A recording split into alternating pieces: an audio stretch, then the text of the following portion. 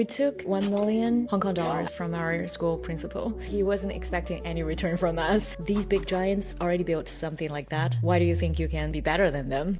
One day, AI agents will replace apps and SaaS. LLMs itself is basically kind of like your prefrontal cortex. I think that in the future, the AI assistant will be the one talking to you all the time. It will show you the apps, the interface, the SaaS by generating the interface for you on demand, personalized.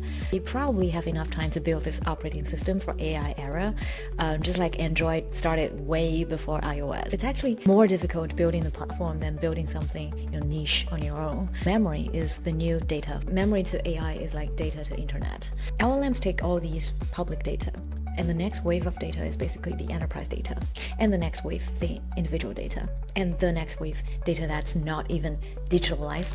Kisson Lin is entrepreneur in AI, Sequoia-Backed founder, and ex-Meta and TikTok strategist. At 13, she wrote, "I will be an entrepreneur by age 30" in her journal.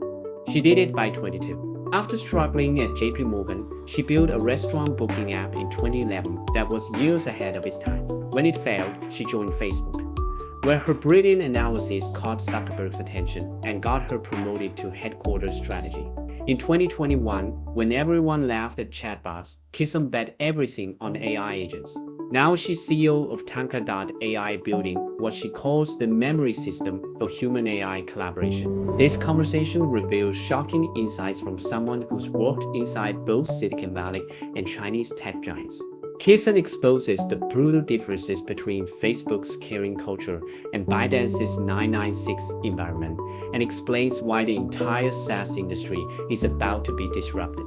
Most importantly, her contrarian vision: conversation will replace all user interfaces, and memory, not intelligence, separates winning AI companies from the rest. Let us get started. Hi, Kisson.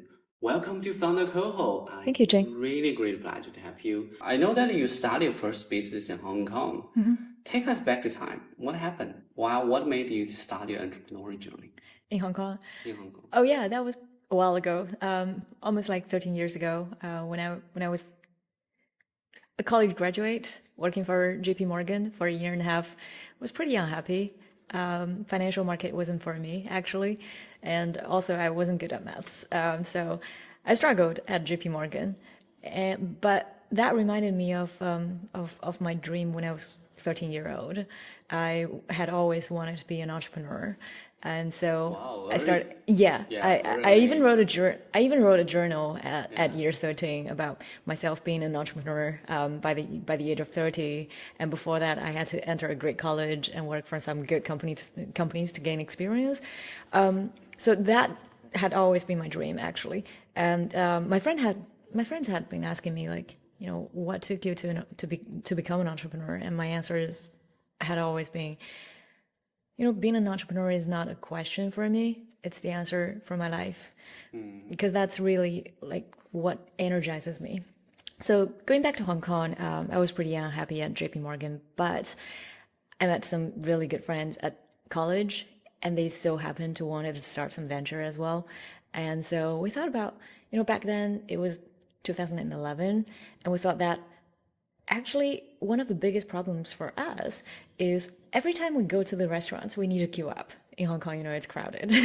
So we want to solve this problem for us. We thought, iPhone just came out. Maybe we can make some apps for restaurant booking, which turned out to be like really popular nowadays. But back then in Hong Kong, it was not so obvious. So we built this app. And I was the CEO of the company. I started talking to the restaurant owners and sending out leaflets on the streets, asking people to download the app. We took 1 million Hong Kong dollars from our school principal. Wow. As an angel investor. May I know how many equity he got? Very little, Very actually. little. Yeah. I'm sure he wasn't expecting any return from us. He was just like, these students are cute, and this seems to be a very interesting mission. Let me just support them. So he's been very kind, and the venture failed, but I felt very proud of ourselves being able to pull out the app and being able to predict what was going to happen in the future. It's to me, it's still quite visionary and quite interesting. And it also further convinced me that I wanted to be an entrepreneur, because even when I failed, I still felt happy because I learned from there. So yeah. Yeah, that's incredible experiences. And a lot of great entrepreneurs I have talked to, they all have very similar experience. Start their first business when they are in the school. Even if the initial business might not succeed, Yeah. you plant a seed of entrepreneurship dreams to them and help them to make a great entrepreneur in the future.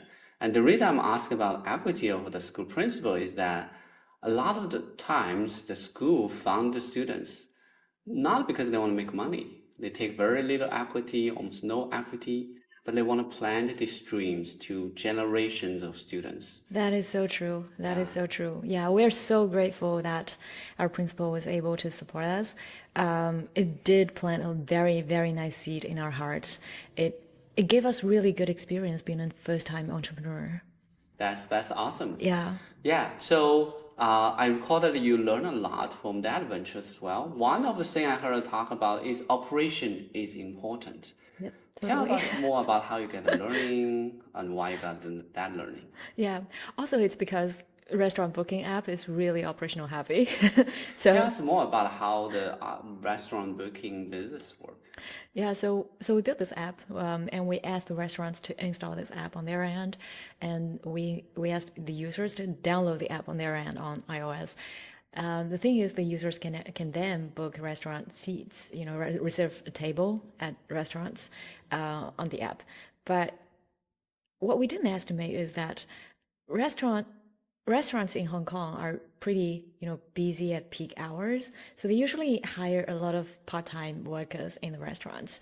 And when we sell to the owners of the restaurants, the owners are like, okay, I will try using it.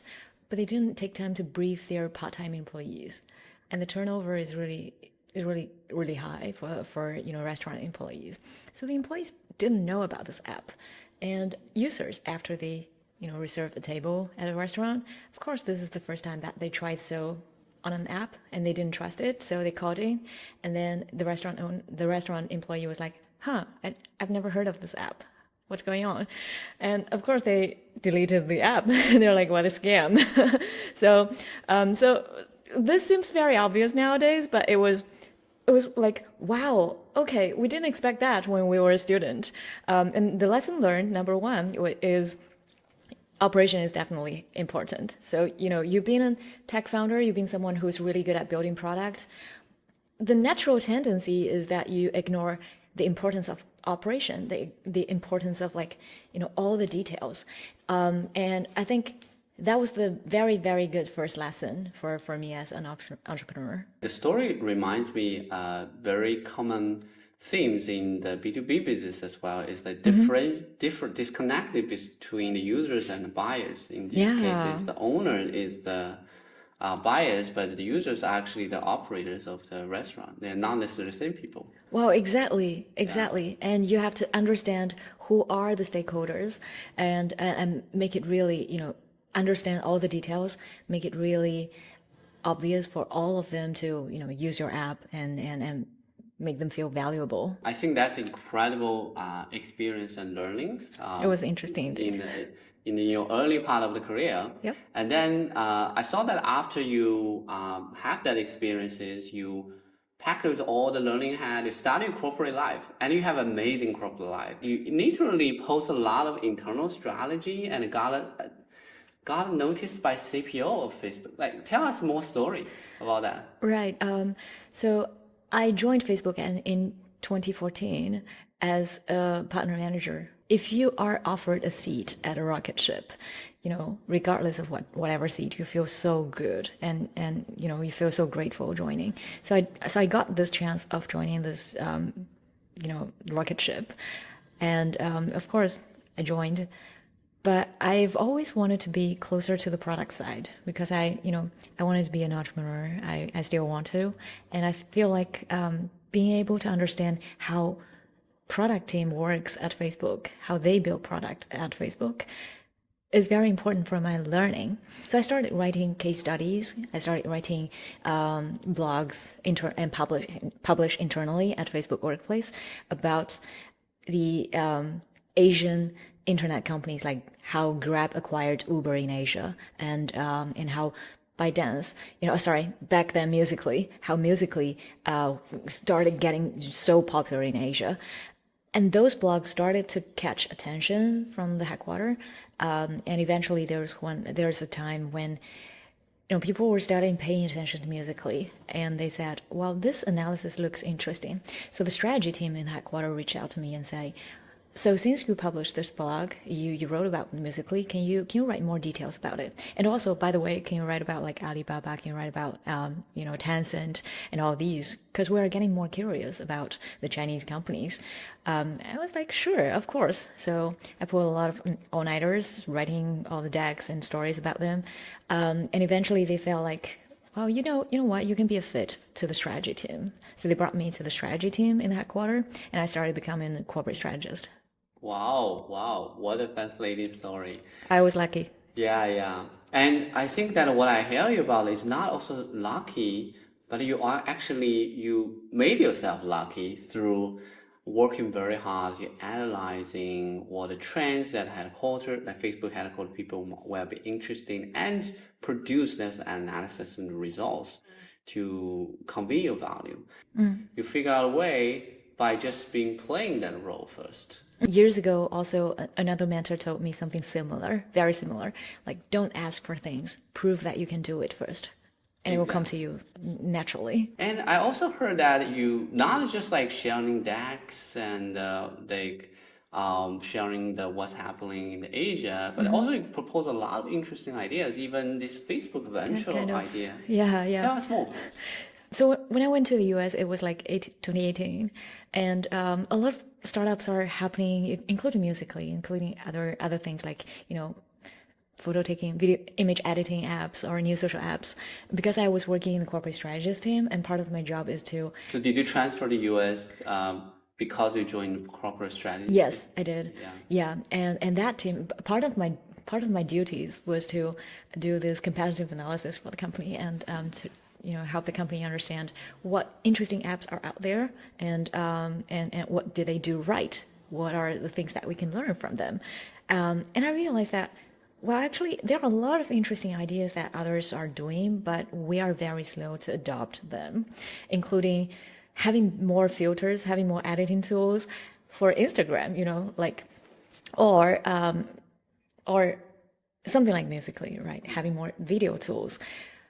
The reason when why was that? That was 2018. 2018. Yeah, 2018. Yeah.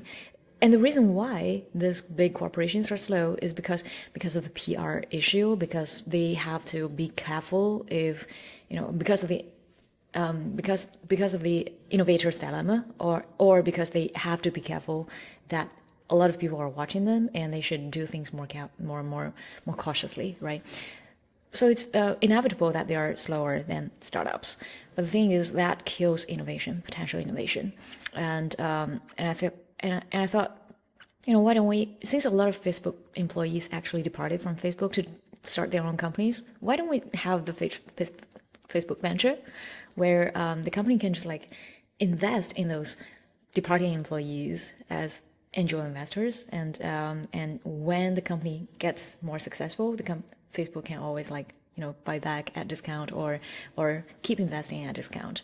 I thought that was a good idea, so I proposed to the management team. But then Zach said, well, we actually already started something similar. I heard about a great quality of entrepreneurs about impatience you want to move fast, you want to make things happen, and you don't want to wait until your managers assign the role and ask you to do the thing. Instead, you proactively come up with a plan and present to leadership. When you present your plans of the Facebook ventures to the leadership, including Zuckerberg, what was your feeling back then? When you propose something to people who are like way, smarter than you, way much more powerful than you naturally feel like, wait a minute, am I doing the right thing? Am I proposing the right idea?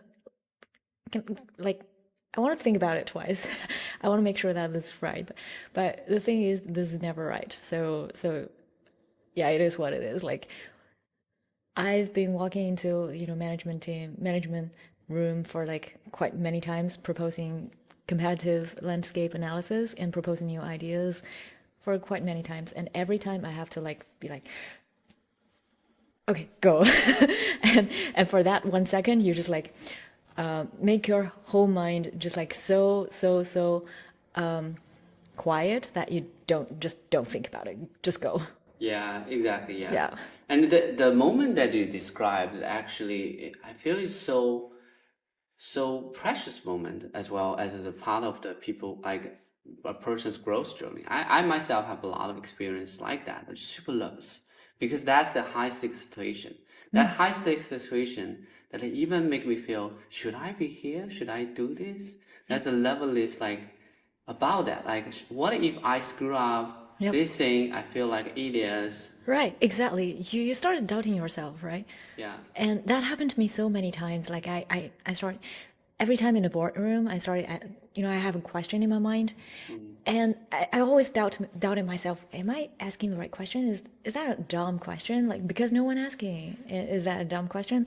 So I chose silence, but 2 seconds later, some other guys would ask the same question, and people were like, "Oh, that is a great question." And I would be like, "I was so dumb not to ask it." Yeah, like you mentioned, later I realized that these feelings of levelness is actually indication of growth. And then over the time you have more and more of this legacy moment and you become accustomed to it. Like it never goes away. Still will be levels, but then you know what's happening and sometimes you get even excited about this moment because you know that you'll learn something new that will be thrilling. And you start to think more and more of such moments. And in fact, that's the beauty part of the entrepreneurial startups. Like you experience this like very frequently, almost every day, every few days, like Yeah. moments of learning. Yeah, yeah. Also tied back to one thing you mentioned about early on is that you mentioned about join a rocket ship. I think that's what Sheryl Sandberg mentioned about. Exactly. Yeah. Do you follow her or her book philosopher books when you are in the Facebook? Absolutely. Yeah. The first day when I joined Facebook, I got this book, Cheryl's book, with her signature. Lin Yin is that? Yes, Yeah. given to me by my then first manager. I read that book and I was really impressed. She set a very good example to all the female people working in tech industry. Like you can be really influential.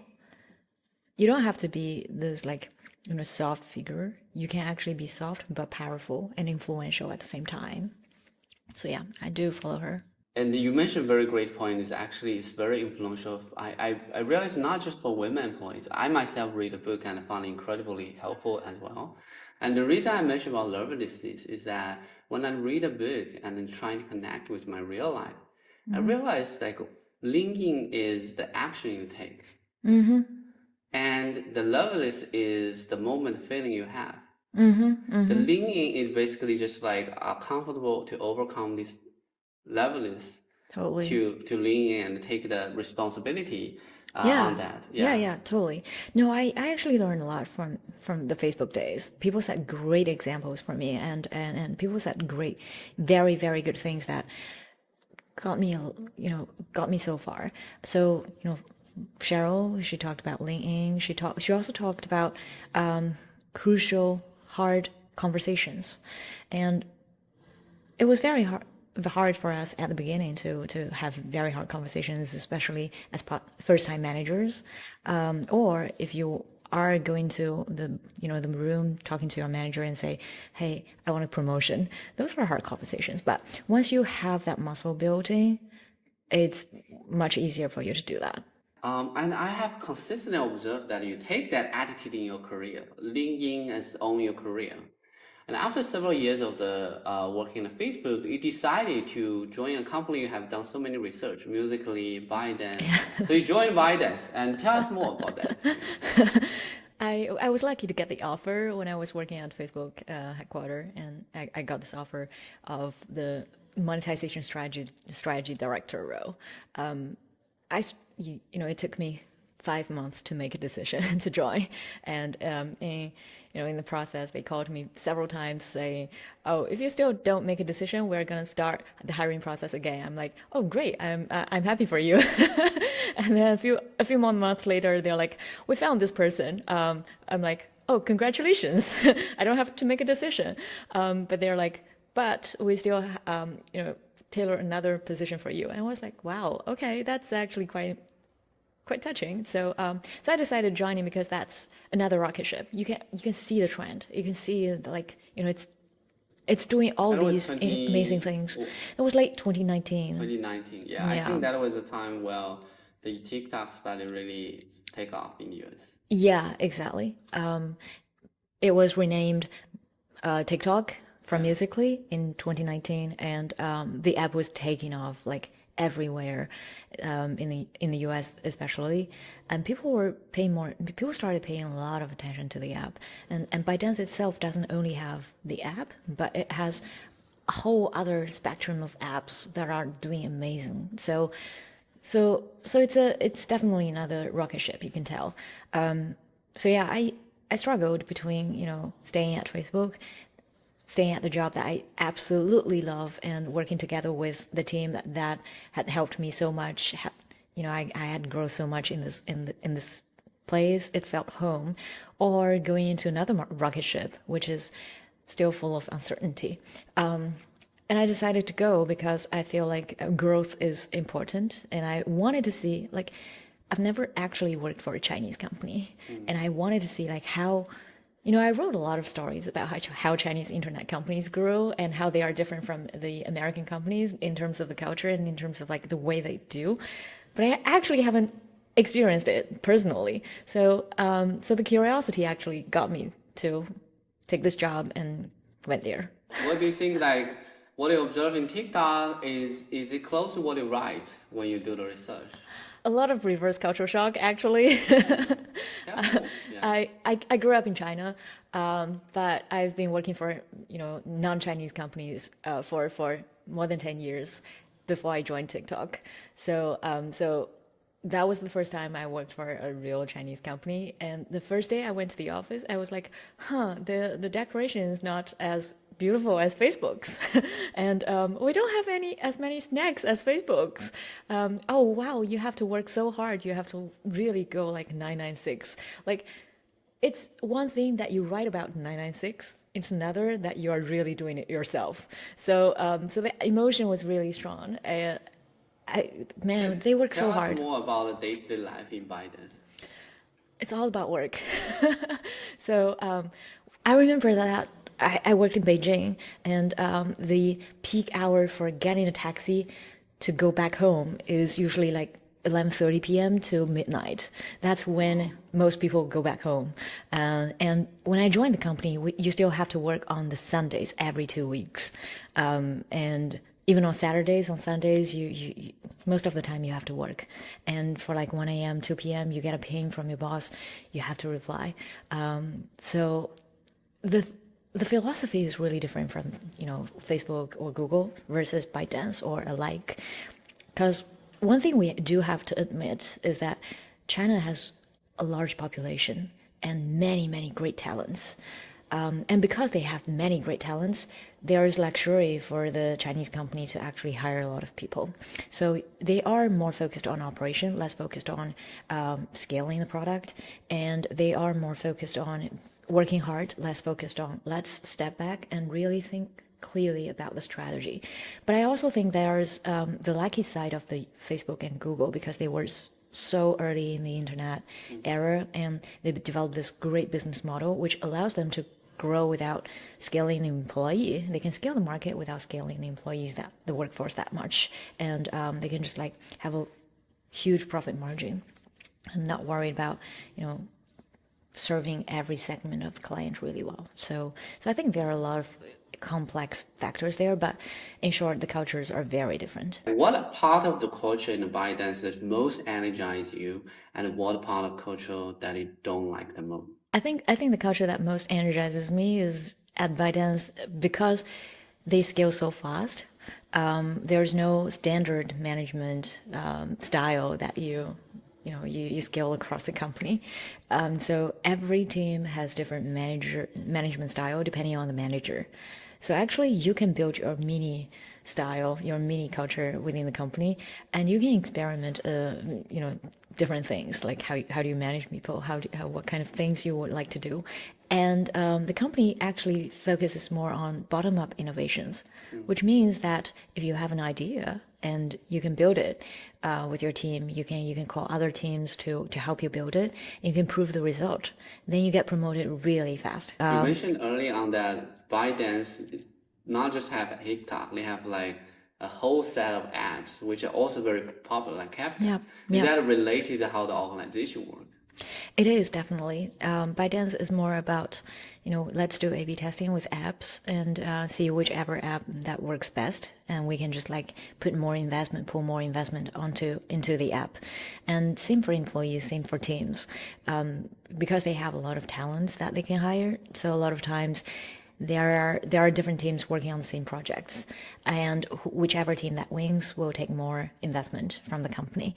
And this is actually a very popular culture amongst many Chinese companies, internet companies like Pinduoduo, or the parent company of Temu, is more extreme in that way. But of course, they are even more operation heavy. They are an e-commerce company, and I think that there are just like different ways to succeed. Eventually, there are a lot of factors leading to success. For instance, timing, for instance, environment, or the business models, not necessarily the management style of the company.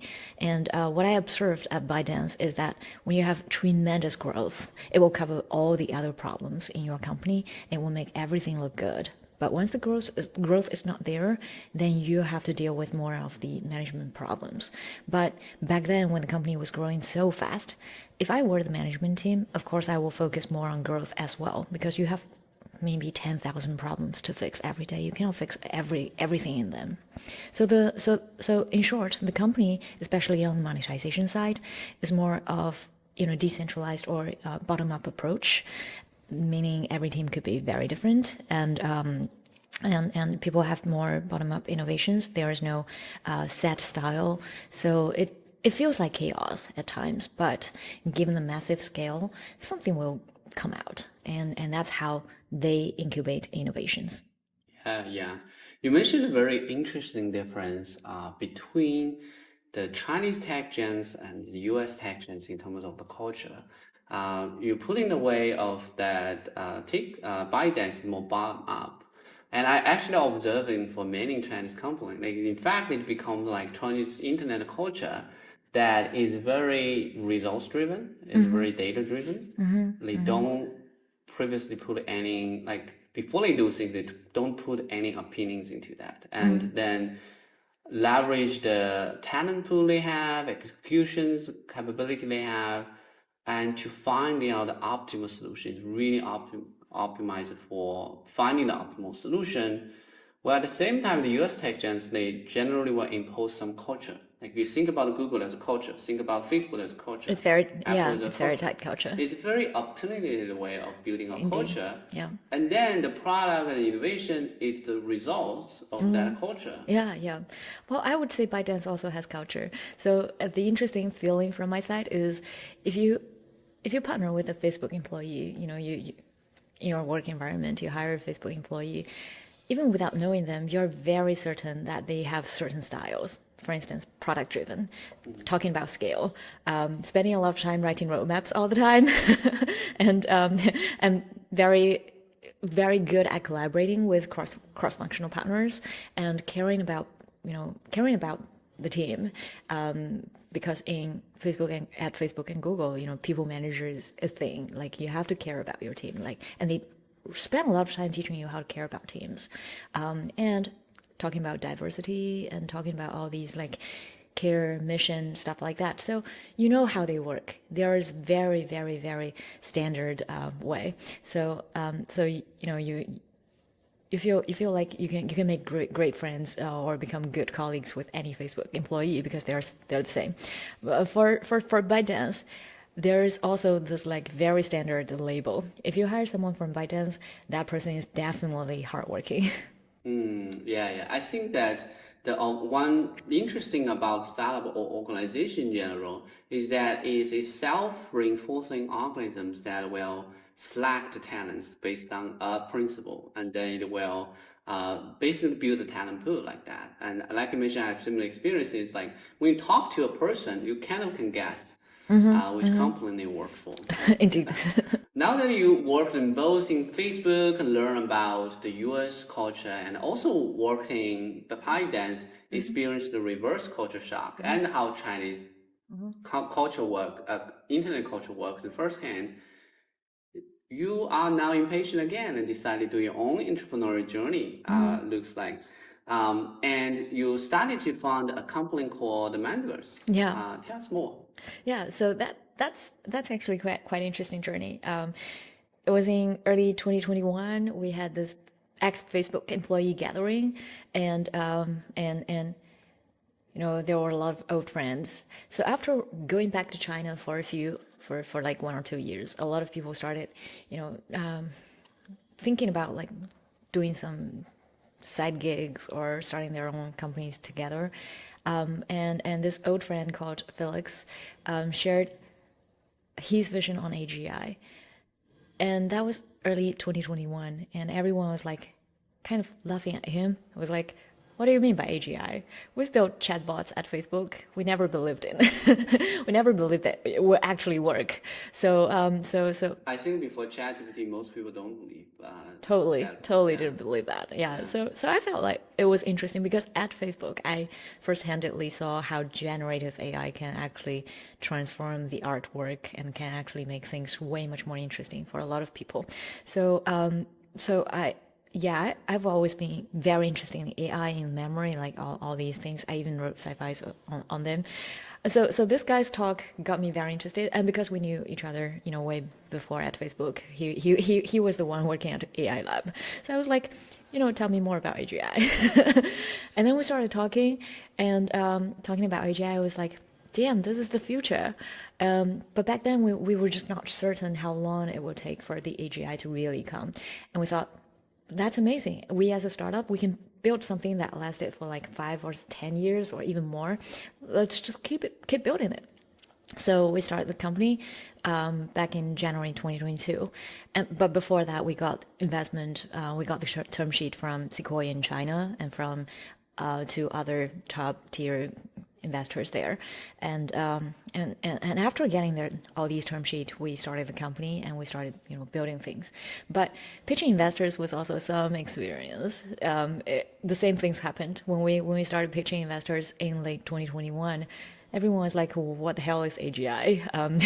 When do you think it will happen? So tell me, if a generalized model can actually do everything right, is there one single thing that it can do better than the narrow AI? We're like, that's not really the way how to think about it. And they're like, see, if there was no narrow stuff that like specific stuff that it can do way much better than narrow AI, how do you enter? How do you crack in the market? So we had a lot of like very interesting, challenging talks with investors, but we were lucky that we got the investment from top tier investors in the end, and they believe in us. That's a very interesting point, and I would say that type of view still exists nowadays. Like people Totally. often ask us like, oh, if you build like general large language models, how Yeah. this would perform better than a specialized model? Totally. What is Yeah. really a competitive advantages on that? Yeah. Oh my God. And besides that, there are questions like, okay, why do you think you can build AGI if no other companies like, Facebook, Google of the world can build AGI? And then after ChatGPT came out, there's, it proved that OpenAI could build something that will lead to AGI, right? And the question became, so these big giants already built something like that. Why do you think you can be better than them? It's actually they're such an always interesting hard dynamic. I questions. heard like a lot of startup founders hear about. It's like um, the same dynamic you mentioned about. If no one's doing that, why you can do it? Why like Yeah. You couldn't, like, they wouldn't believe it can be done. If someone else does it, they Why do would you say, think? Why do "Why you you?" think they're? Yeah, why you? Yeah. Why you're still doing it? Why do you think you can be better than them? Yeah, so that's actually one interesting point is that um, a lot of my friends, including I myself, talk to a lot of VC over time, but I realized that the insights from VCs are usually lagging indicators, not needing indicators, because oftentimes they would observe something and then summarize and come up with a theory, Yeah. which is very useful for investment Yeah. because Yeah. they just need to wait for some startup to show up and then put the bet on them. Yeah. But as a startup founder, you really need to be a pioneer. You need to have insight. Exactly like I mentioned in 2021, nobody really believed chatbot. Yeah. And you and your team got this insight.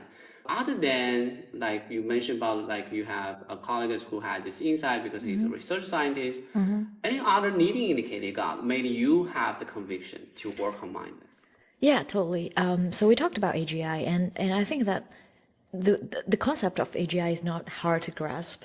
It's very obvious to everyone that one day AI will be so smart and general purpose, and it can be performing so well in all the fields. But the thing is, what can it do, right? That's the thing. Just like touchscreen versus iPhone, those are different things. So thinking about what it can do, actually, we had this vision that one day AI agents will replace apps and SaaS. When was that? That was in 2021. Super early. I think It's- now it's yeah. 2025, everyone is talking about agent. But Exactly. 4 years before 2021, you Yeah. already are committed to the agents. Tell us more what made the agents so fascinating to you back then. We think that LLMs itself is basically kind of like your prefrontal cortex. It has great it has great calculation capability, but for it to perform all these other tasks that we want them to perform, you still need something that's more that's more with memory and with action capabilities, and that's more human. But the thing is, we basically think that when AI is so advanced, a lot of things will change. It will definitely be another industrial revolution. So a lot of things will change. One thing is basically the way for distribution, distributing apps, the way for generating apps, the graphic UI, traditional graphic UI, all these will change. They will generate the interface immediately. So you actually don't need the pre-designed interfaces.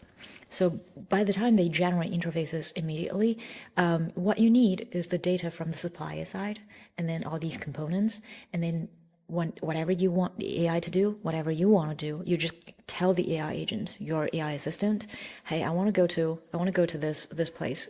Show me the map. Hey, I want to, basically, I want to correct this document and show me this document and let me do the editing. And I think that in the future, the AI assistant will be the one talking to you all the time. It will show you the apps, the interface, the SaaS, whatever it is, by generating the interface for you on demand, personalized. And what you need to do is just to, talk to the AI all the time. And we think that that will be the future of operating system. Basically, the operating system will have a general AI assistant helping people do everything. And other apps nowadays will become other agents that either make friends with the user, and user can have probably 10 agents, 20 agents, or just go behind the scene and collaborate with the general AI agent. And back then we thought AGI would come after 10 years. So we probably have enough time to build this operating system for AI era, just like Android started way before iOS, and they had a chance to be acquired by Google. So you want to be an Android of AGI? Yes, so that was our mission when our company was founded. So we started building this operating system, and we called it Mind OS because it's mind. So and I like this name personally. So we started building it, and guess what? Less than a year after we started it, ChatGPT came out, and we were like, oh man, AGI might come earlier than we thought. What are we going to do? We're all excited, but also scared because we probably don't have enough time to build it. So we decided to make a bet and see how much we can achieve with whatever we've already built by then. And we launched the product to the market in early 2023. Got quite some attention because it was still very early in the days, the first Asian marketplace. But it's another story that we figured, well, marketplace is actually not a good way to get into an operating system. But there will be another story. Yeah. Thanks for sharing your vision of an agent. You actually put such a interesting way to understand of agent. You put in like a human-computer interaction. Oh, that was actually in our first pitch deck to the investors, human-computer interface. Oh, that's awesome. Yeah, how it evolutionized throughout the years. Pitch that, which also That's means that you amazing. put it in a very great way to understand. So you touched a great point, which is related to one of the recent popular article in the Bay Area is about the simplification of UI. It used to be all the internet or internet apps is designed for humans. So there's so many buttons, there's like whole like group of product managers trying to understand how people's user journeys on the app is, and then they hard code them into an app. Yeah. But with the large language models, now the agents or the AI can actually do things. So you actually don't need a human do a lot of things now. Then the UI doesn't need to be that complicated. It's actually the simpler version of UI, which is more conversational. Yeah, my theory is if there's 3D printing, we probably don't need Lego. That's exactly true. Such a great analogy on this. And in fact, that the technology about talking, conversation with AI is like the 3D printing. You mentioned about you launch a product right after ChatGPT comes out. Tell us more about the launch. Like, when did you do it? Which users you target for that launch? Yeah, we launched Mind OS in China in late 2022, just a month after ChatGPT came out. So we started building that product way much earlier than that. And when ChatGPT came out, there was still no API available still. So when we launched that product, it was built upon OPT, BERT, all these models. So apparently the performance wasn't that great. And in early 2023, we launched it again to the global market with some GPT API. The performance was much better. So this idea is that we built this platform allowing people to build AI agents on top of it. So in the beginning, we have workflow. You can customize the workflow. You can upload documents to train the AI agents, and then by July 2023, we even built the canvas, interactive canvas, and we called it Canvas 2. So that was way earlier than ChatGPT, GPT Store, and Canvas on GPT as well. And now looking back, I think we were visionary in the very broad way, in the broad sense. But the things that we didn't do well is you don't start off by building a platform first. The platform requires economy of scale. It requires network effect. And you as a startup, you probably don't have that much effort, that much resources to pull it off.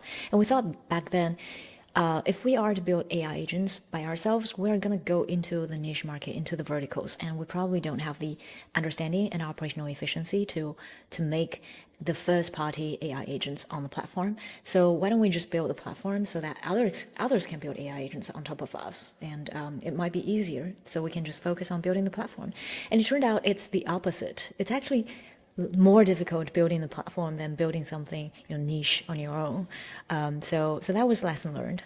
Such a great summary of the learning.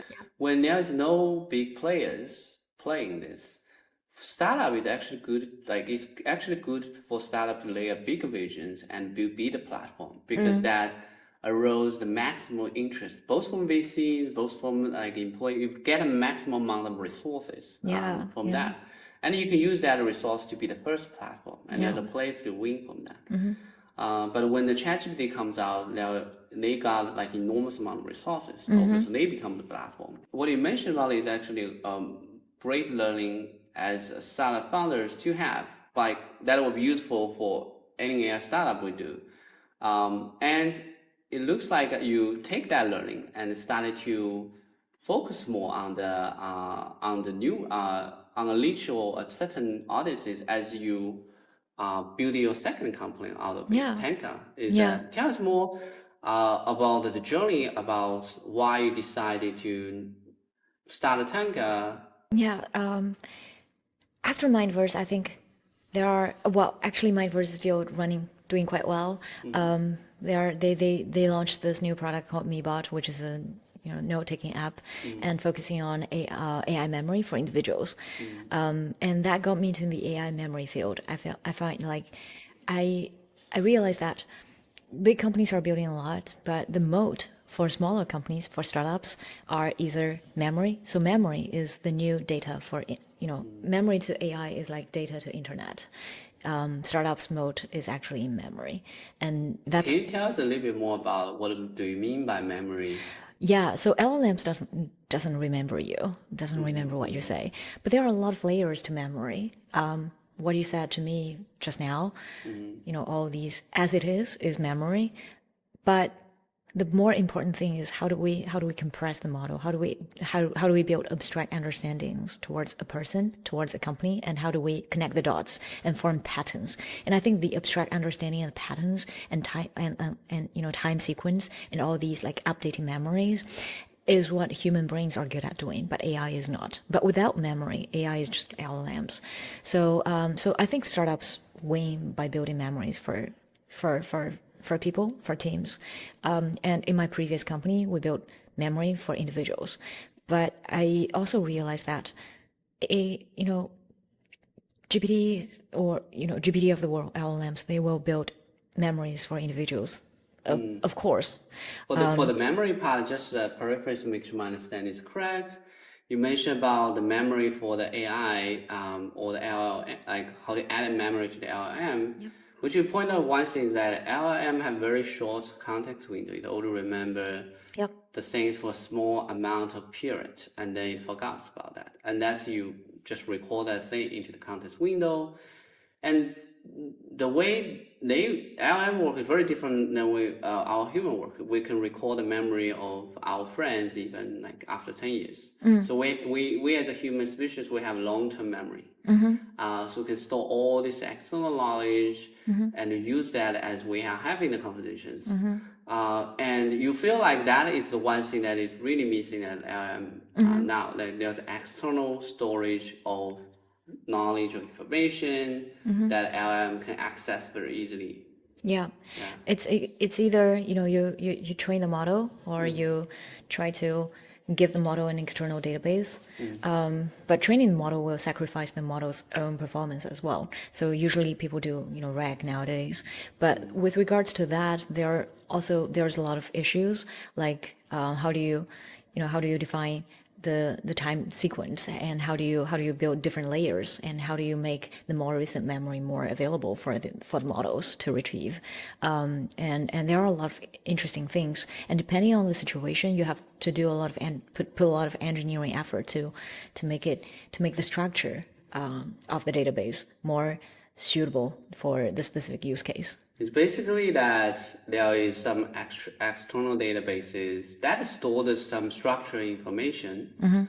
And the key learning you got as you work on Mindverse is that's really the key thing for this MindOS, this operation system. This is a powerful external knowledge base. Yeah, we thought that the mode for startups is really memory, but I gave it another thought. I thought that LLMs of the world will build their own memory system for individuals. But the thing is, they probably wouldn't go for corporate field, building memories for enterprises. So Mindverse is focused on consumer. Individuals, consumers. And the reason why I pivoted to, I started Tanka was because I felt like the individual area, the consumer market is probably the first market that the big LLMs will go into. Because it's no-brainer for them to build the memories and to build AI agents and to become the operating system of the future. Everyone wants that. So it's probably going to be very, very competitive. But speaking of memory, LLMs take all these public data, and the next wave of data is basically the enterprise data, and the next wave, the individual data. And the next wave data that's not even digitalized, those are in our minds. So if you take that, the wave of how this memory will actually penetrate, the next wave will be enterprise data.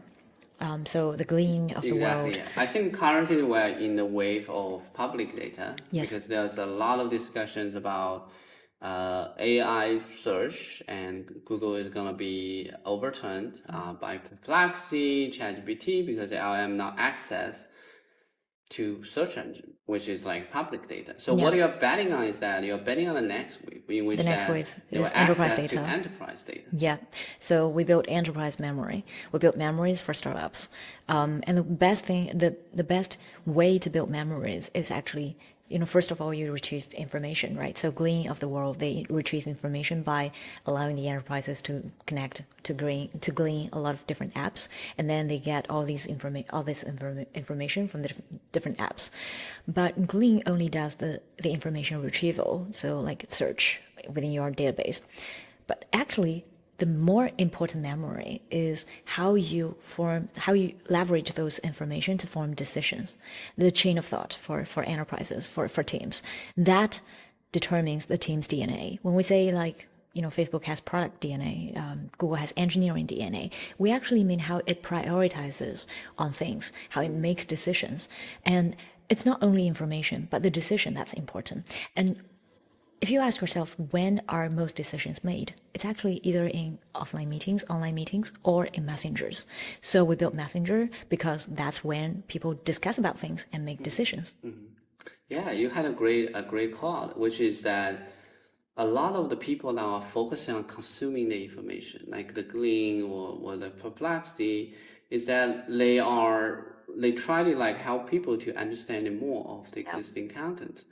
But one important thing, the enterprise is about making decisions, and that decisions is actually the left level. It's like you digest the information, what are you gonna do with the information, and then you go directly to the second step, which is decision We making. built both. We built built both. both. Okay. But the reason why we built Messenger is because that will allow us to go further than just retrieval information. I'm very curious about in terms of the product format you had at. So this is a Tanka product you mentioned about. You focus on the messenger. Tell us more about what your product look like. Yeah. It's basically like Slack plus Glean for enterprises. So it's basically a team messenger like Slack, but way much simpler interface, because we believe that in the future AI will generate the interface. So today the interface is very, very simple. So it's just basically chat. like a Slack group. Slack, yeah. And then do you chat with AI? Do you chat with real people? Real people, it's team messenger. It's team messenger. Everyone gets an AI assistant, but primarily they chat with their teammates. And in every chat group, there's an AI assistant as well. So, but in the future, An AI will be moderator for every conversation. Is that not moderator, but AI assistant that can help you do a lot of things. So anything that AI agents can do. So basically, our AI is no different from other AI in terms of the actions that they can do, the answers that they can, the questions that they can answer. But the thing is long-term memory. So it's a chat app, but you connect all these different apps, including Slack, WhatsApp, Gmail, Outlook, so you did Telegram, all these integrations, Notion. so the system You integrate all of them, and their information goes to Tanka, and we will structure all the scattered information into a structured long-term memory graph, basically a knowledge graph. And when you do retrieval, so like when you do search, the search will be more accurate, even if you're asking about things that happened 3 years ago in some lost Slack chats. Search will be more accurate, and then actions will be easier. So if you ask your AI to build a website for you, nowadays you have to prompt Claude, right? But with Tanka memory, you don't have to prompt. Basically, it has all the memory about your business. And another thing that you can do is basically auto reply, so the reply will be very accurate as well. And the team, basically the AI system will be able to summarize the team chats and help you make decisions by telling you what relevant information there is. So there are a lot of things that you can do. Basically nowadays you're just using AI to boost your productivity, but the key is it has your institutional knowledge.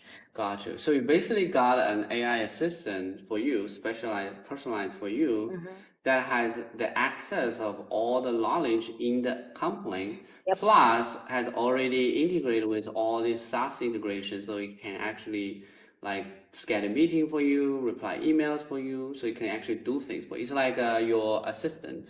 Yeah. Like, Not yet scheduling meetings for you, but getting there. So we are building more action capabilities. The first step for us was to build this chat interface, and then integration, and then AI memory graph, and then afterwards actions. So we close the loop.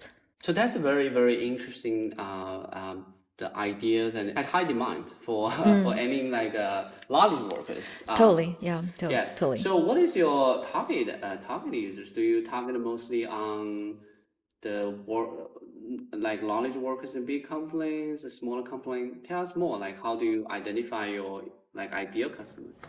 Yeah, our ideal customers are startups, and especially like small companies, startups that are just starting, like 10 people team, 20 Oh, people team. why choose this startup? From go-to-market perspective, I think first of all, enterprises require hosted on their private servers, and that basically means that we have to have big deployment cost, and also we have to use open source LLM models, and open source models are great, but not as good as Gemini API, GPT API, or Claude API. So we want to prioritize on performance at this moment. So also because enterprises will have way much more complicated software for us to integrate. Every enterprise is very different, but for startups, you basically use like Google Suite of apps, and then Notion, Slack. It's more standard. And the second thing is startups with certain scale, like above 20 people, 50 people, they probably are already getting used to Slack or or Teams, and the switching cost for Messenger is really high. There's AB side. The good side is that once people switch to your app, it's very hard for them to switch out again. But the bad side is it's also very hard for people to switch to your app. So we target startups because they are not using a team messenger yet, and they are considering using one, and that's the best timing for us to get into them. Yeah. So that's actually a very interesting perspective. And also the startup founders usually are more forward-looking. So they're looking for new solutions. Yeah, also more open-minded. More open-minded on that. I'm very curious your thoughts about the monetizations and also the go-to-market, because what I can see is that the startup founders are also generally easier in terms of go-to-market. But a lot of people, when they do the B2B, they are a little bit worried about selling to startup founders because the churn is high. They naturally go out of business. Like I think every year, like 30-40% of startups go out of business like that.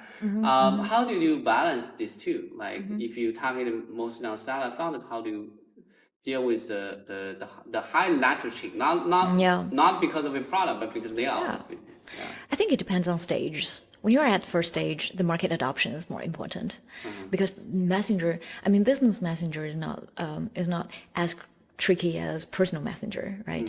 But still, you need some scale for people to know. Well, there's the new messenger called Tanka that's way better than Slack. So you need people to spread the words.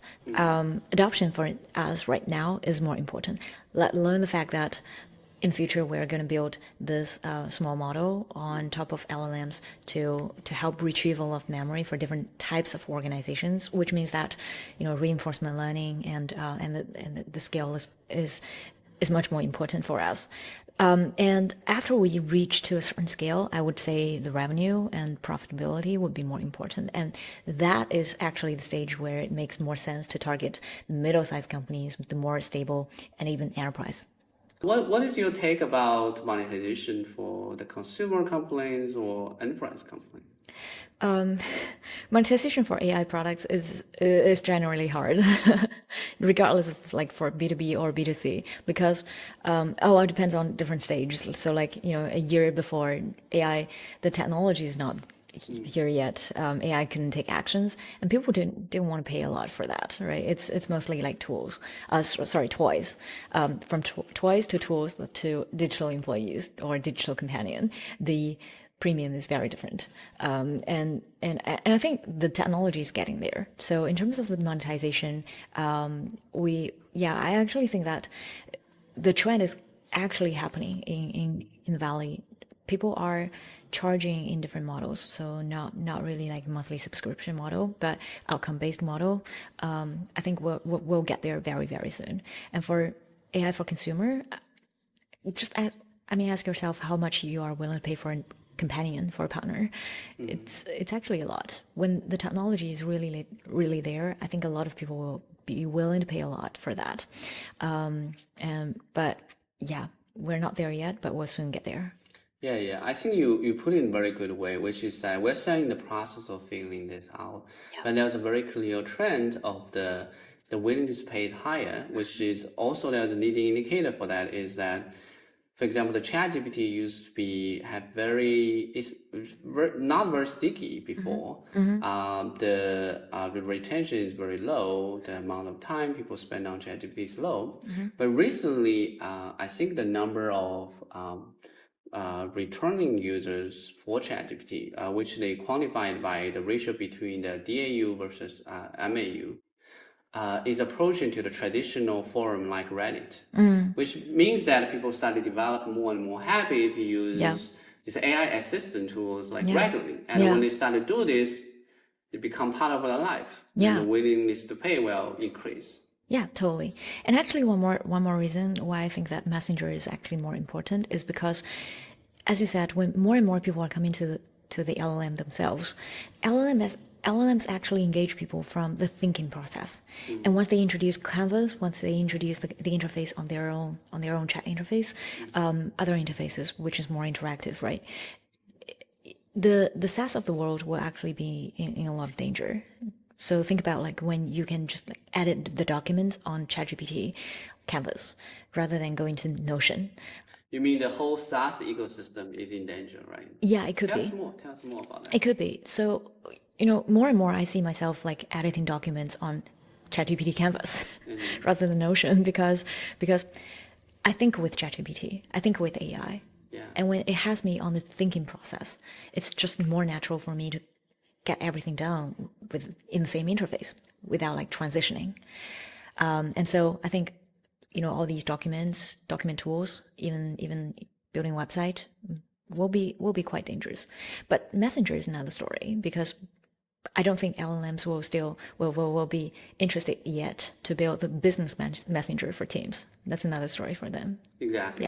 Yeah. I think I kind of agree with. I really agree with what Vision mentioned about is the future of the SaaS. I think it needs to be revoluted or at least reinvented. Yeah. Because a lot of the traditional wisdoms about SaaS is like you be specialized. You have this particular workflow and you turn that into a product.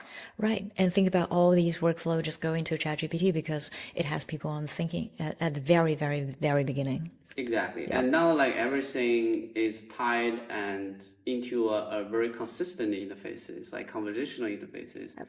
It feels very aligned with your initial vision when you build a Mindverse as well. Yeah, conversation is the new interface. You said it. Exactly. Yeah. Okay. Cool. Awesome. I'm also curious, like for people who want to try out Tanka, how they can find you. Right. www.tanka.ai. You have a rich experience both understanding how the U.S. market works and also China. You also work other in Singapore. Markets. Yeah. So you have very global perspective of how the startup works. Yeah.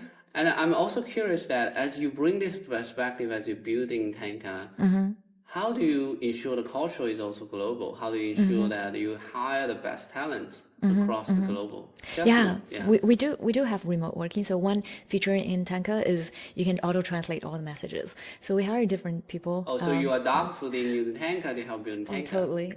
Yeah. And look, we have people speaking Chinese. We have people speaking like English, Indians across the company. So do they talk in different language and use Tanka to translate? Yeah. So you're doing the everyday work. Yeah, they do. Cool. Yeah. So basically, there's auto translation. You can just enable it in your tool, and whatever people say, it will be automatically translated. And there's another feature that you can do is you speak to Tanka with your audio and then use AI to draft the text reply for you. And you can say, draft this in Spanish or draft this in Japanese. So the text that you send out is actually in other languages. I'm also curious, as you are managing the team members across different time zones, how do you make sure they are working effectively, given that they're different time zone, different schedule, different night? We try to set up meetings in our common available time zones. And well, it definitely means that sometimes this time zone needs to work late and sometimes that time zone, and we try to like shuffle. So it's fair for everyone. And also another feature is that you can let AI summarize all the unread messages. So again, all the times when I wake up, there's the messages from China side, messages from US side, messages from other countries, and I can just like use my AI to summarize all the unread messages and ask my AI, what decisions do I need to make today? So So you made Tanka to be this facilitator between the different offices of Tanka. Yeah, it's my co-founder. Oh yeah, so you had Tanka as your co-founder. Yes, huh? yes. That's awesome.